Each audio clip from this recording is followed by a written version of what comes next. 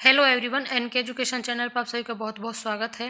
D पर SB Delhi से जो टीजीटी की वैकेंसी निकली हुई है, जिसका हमने पहले वीडियो आपको बता दिया है कि टीजीटी में मेल फीमेल जिन भी सब्जेक्ट में वैकेंसी निकली हुई है वो सभी हमने आपको डिटेल में बता दिया है।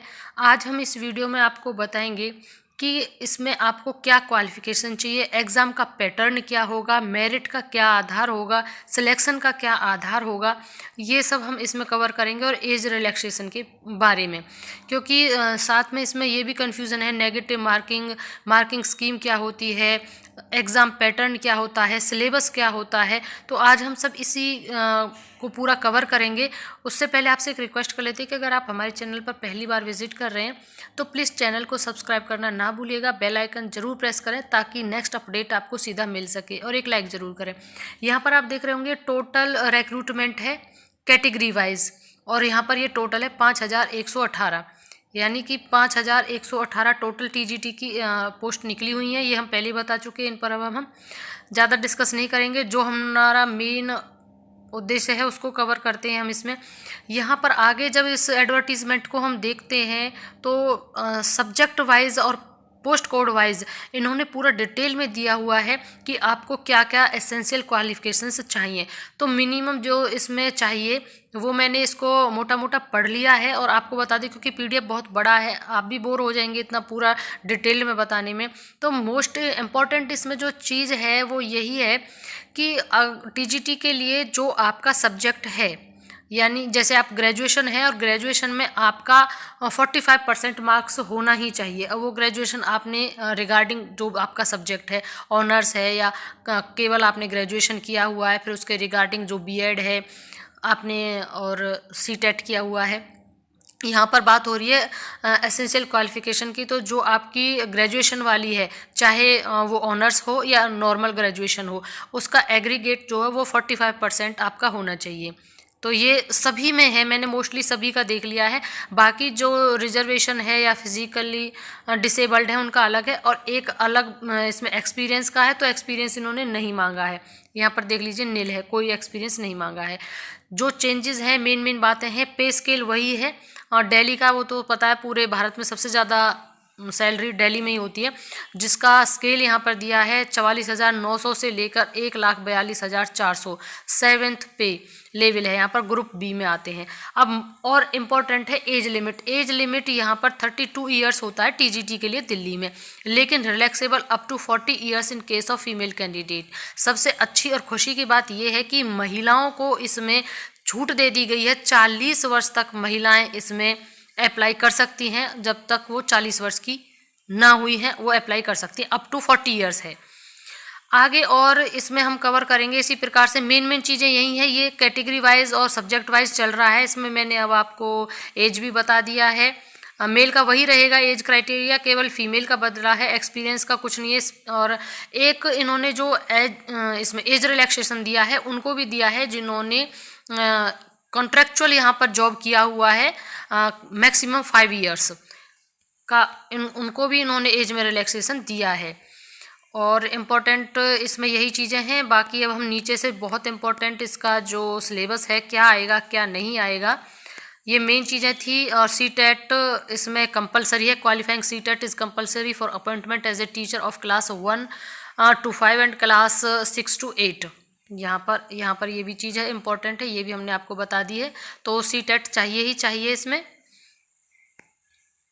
ये यहाँ पर कैटेगरी वाइज है, ये सभी इसी तरीके से पोस्ट और पोस्ट कोड चलती रहेंगी। जैसे यहाँ पर सोशल साइंस मेल का है तो एसेंशियल क्वालिफिकेशन दिया हुआ है, यहीं पर है वो ग्रेजुएशन है या ऑनर्स है, 45% मार्क्स आपके चाहिए। उसके साथ में आपका बीएड सीटेट ये चाहिए। तो इसके बाद अब हम सीधा स्क्रॉल डाउन करते हुए नीचे आ जाते हैं, जहाँ से स्टार्ट हो जाता है आपका, क्योंकि यहाँ पर ऑफिशियल वेबसाइट से इसे लिया गया है। क्योंकि सिलेबस आप जब गूगल पे सर्च करते हैं तो कोई कुछ बताता है, कोई कुछ बताता है, जिसकी वजह से आपकी स्ट्रेटजी कमज़ोर पड़ जाती है और आप उसे क्रैक करने में भी कमज़ोर हो जाते हैं। इसलिए हमेशा जब भी आप तैयारी करें तो सबसे पहले आप ये देखें कि जो आपने मटेरियल लिया है वो लिया कहाँ से है। डिपेंड करता है कि आप मटेरियल कहाँ से कलेक्ट करते हैं, तो उसका ऑथेंटिक होना बहुत ज़रूरी है। यहाँ से देखिए, यहाँ से इंस्ट्रक्शन से शुरू हो जाती हैं। इसमें यहाँ पर तो कैटेगरी बताइए, जब आप फॉर्म को फिल करेंगे तो कौन कौन सी शॉर्ट फॉर्म है उनको अप्लाई करेंगे। तो ये आप देख लेना, PDF में अपने इसी वीडियो के साथ टेलीग्राम चैनल का लिंक शेयर कर दूंगी, उस पर जाकर आप ये PDF देख लेना, अप्लाई हो जाएगा, वहाँ से एप्लीकेबल होगा देखना। यहाँ पर ये वेबसाइट ज़रूर आप नोट डाउन कर लें, ये बहुत इंपॉर्टेंट है। आगे जितना भी आपको अपडेट मिलेगा ना, इसी वेबसाइट के माध्यम से मिलता रहेगा। स्क्रीनशॉट ले लें। और यहाँ पर आप 8 मार्च तक, 8 फरवरी से 8 मार्च तक अप्लाई ऑनलाइन, केवल ऑनलाइन मोड पर है, ये ध्यान रखने, और अदर मोड कोई भी एक्सेप्टेबल है ही नहीं। इसके बाद अब हम देख लेते हैं, एक ये इम्पॉर्टेंट बात है कि जब आपने एक बार फॉर्म को सबमिट कर दिया तो वो फिर सबमिट है, उसमें कोई चेंज या करेक्शन नहीं कर सकते, इसलिए सबमिट करने से पहले ही आप देख लें। 100 रुपीज़ फीस का है पेमेंट, 100 रुपीज़ है ओनली। अब हम देखते हैं, इसमें ये आ गया आपका सिलेबस, ये है इम्पॉर्टेंट। 200 नंबर का होगा, 200 नंबर का 2 घंटे का है, 1 टायर टेक्निकल, और पोस्ट कोड है ये आपका, ये पोस्ट कोड ज़रूर देखा करें, 803/24 टू 811/24, ये पोस्ट कोड है। तो टायर 1 दिया हुआ है इन्होंने, एक ये चेंज भी हुआ है यहाँ पर, और टोटल मार्क्स 200, ग्रैंड टोटल 200। यहाँ पर टायर 1 ही दिया है, पहले टायर 1 और टायर 2 इस तरीके से था, लेकिन अब टायर 1 ही दिया गया है, केवल टायर 1 दिया है, उसमें सेक्शन डिवाइड कर दिए हैं, सेक्शन ए और सेक्शन बी, इस तरीके से आएगा अब आपका सिलेबस। अब सेक्शन ए में क्या क्या आने वाला है वो देखना है अब आपको। सेक्शन ए में जो आएगा वो ये होंगे आपका, एक तो MCQs होगा, 1 marks each as existing examination scheme, यानी 1 नंबर और 1 ही मार्क उसका। तो जनरल अवेयरनेस होगा, general intelligence and reasoning ability, arithmetic and numerical ability, test of Hindi language and comprehension, test of English language and comprehension, ये 100 number का होगा आपका। इस तरीके से सेक्शन ए आना है, ये सभी आएंगे, इसका स्क्रीनशॉट ले लें आप। ये आपका सेक्शन ए है जिसमें ये सभी आएंगे। उसके बाद जो सेक्शन बी होगा वो आपका कंसर्न्ड सब्जेक्ट होगा, जैसे कि कंसर्न सब्जेक्ट सेक्शन बी ये है आपका।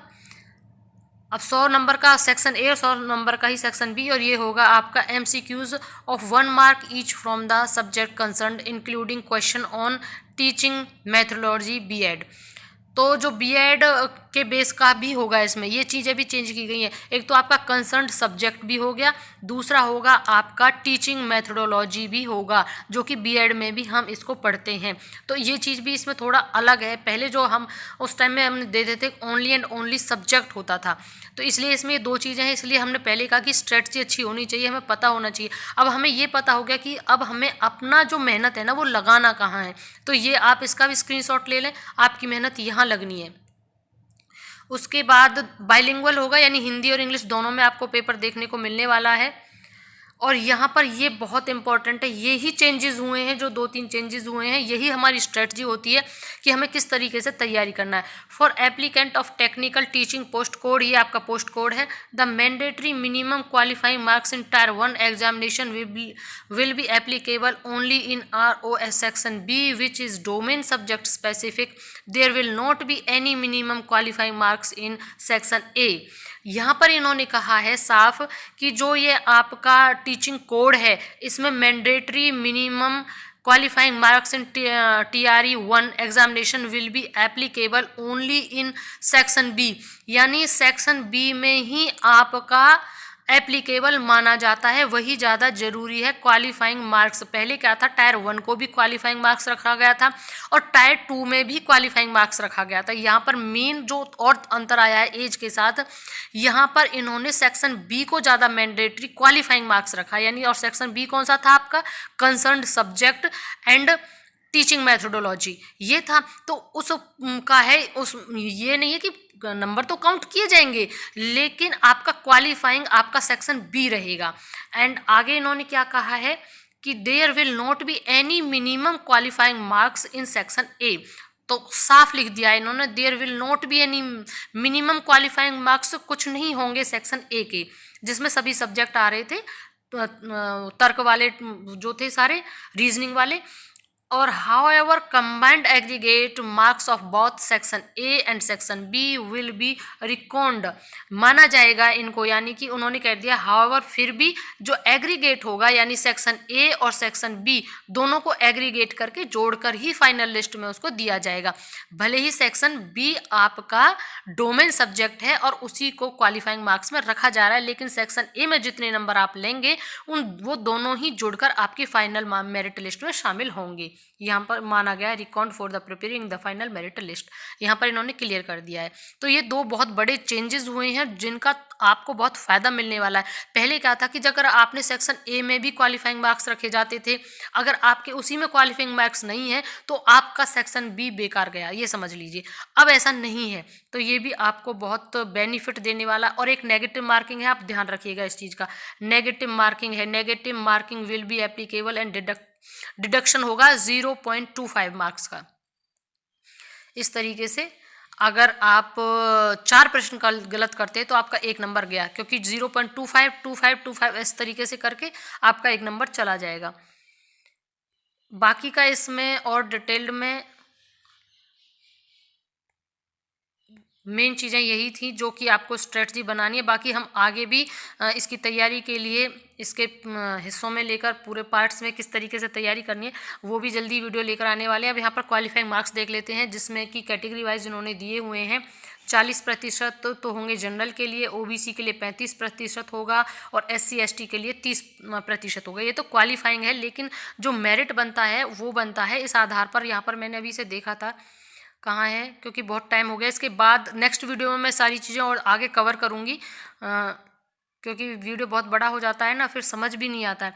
इसमें इन्होंने लिखा हुआ था, मैंने पढ़ा है कहीं पे, फ़िलहाल मुझे नहीं दिख रहा है, जिसमें इन्होंने लिखा हुआ था ये परसेंटेज तो इन्होंने बता दिया कैटेगरी वाइज कि कौन कितने पर क्वालिफाइंग होगा, लेकिन यही आपका क्राइटेरिया नहीं होता है सिलेक्शन का।